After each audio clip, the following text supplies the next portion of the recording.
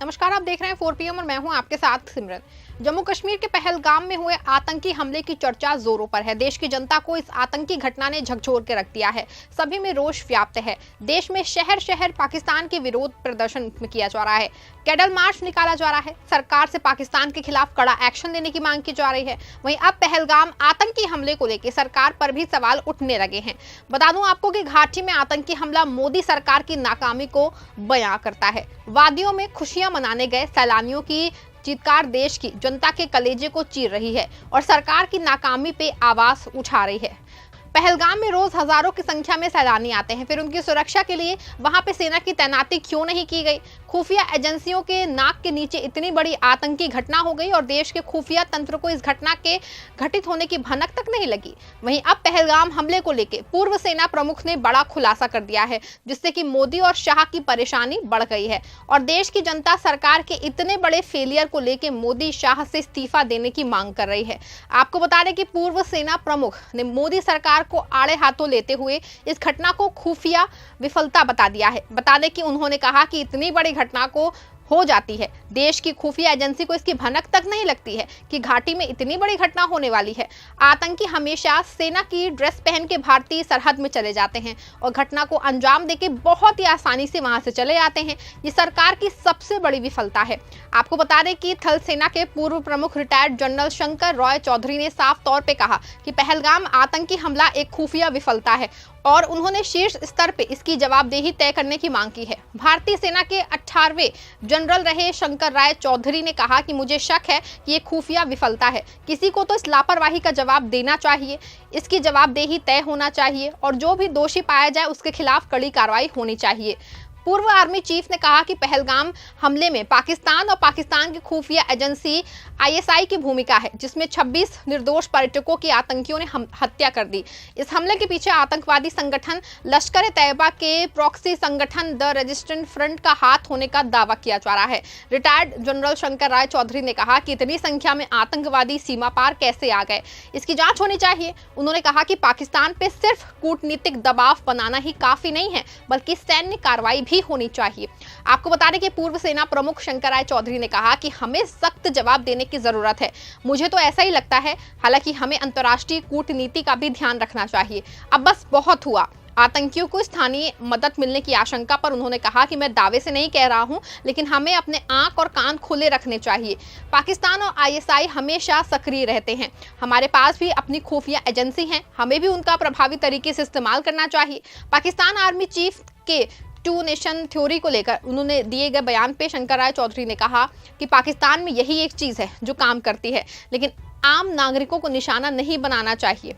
आपको बता दें कि विपक्ष भी इस पे दुख की घड़ी में मोदी सरकार के साथ खड़ा है और मोदी सरकार का पूरा सपोर्ट करने की बात कर रहा है। वहीं पहलगाम हमले को लेकर विपक्ष का कहना है कि इस मामले पे राजनीति नहीं होनी चाहिए, इस पे कड़ा एक्शन लिए जाने की जरूरत है।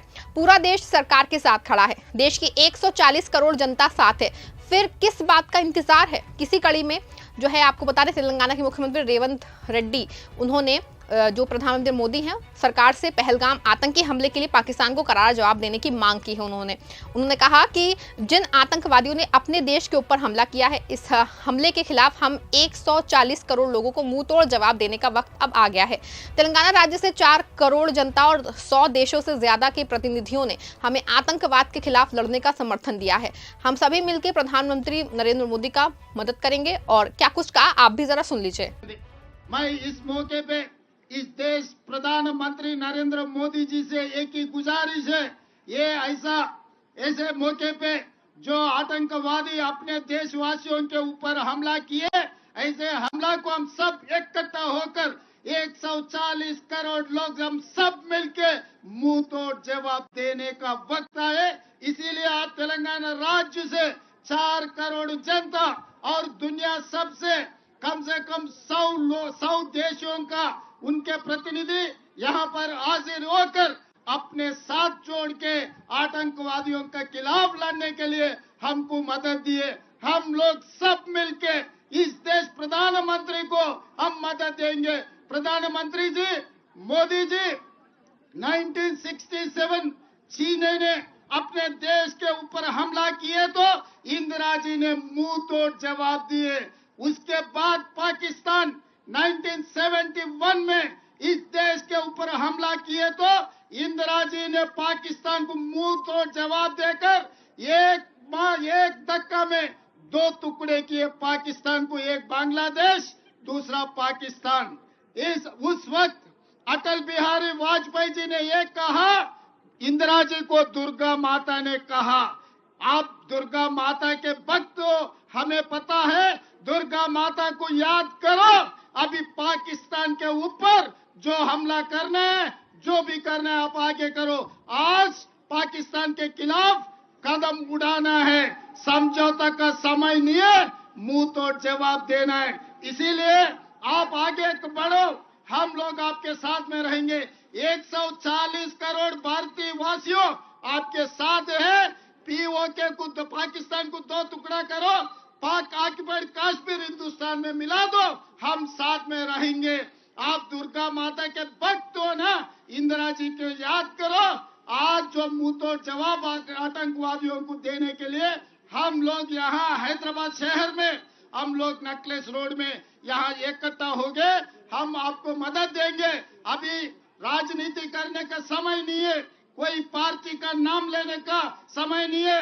हम लोग इकट्ठा होना, हम लोग सब भारतवासियों ने 140 करोड़ लोग हम सब इकट्ठा होकर खड़ा होके ये आतंकवादियों को मुंह तोड़ जवाब देना, हम लोग आपके साथ में रहेंगे। हम लोग यहाँ से जो परिवार ने उनके भाई को, उनके पापा को जो खो गए, तेलंगाना सरकार ने आपको मदद देंगे, तेलंगाना सरकार आपके साथ देंगे, आपके परिवार को हम जो मदद देंगे। इसीलिए आज जितने भी दूर दूर देशों से यहाँ पर प्रतिनिधि लोग आए अपने मदद के लिए, सबको मैं शुक्रिया अदा करता हूँ।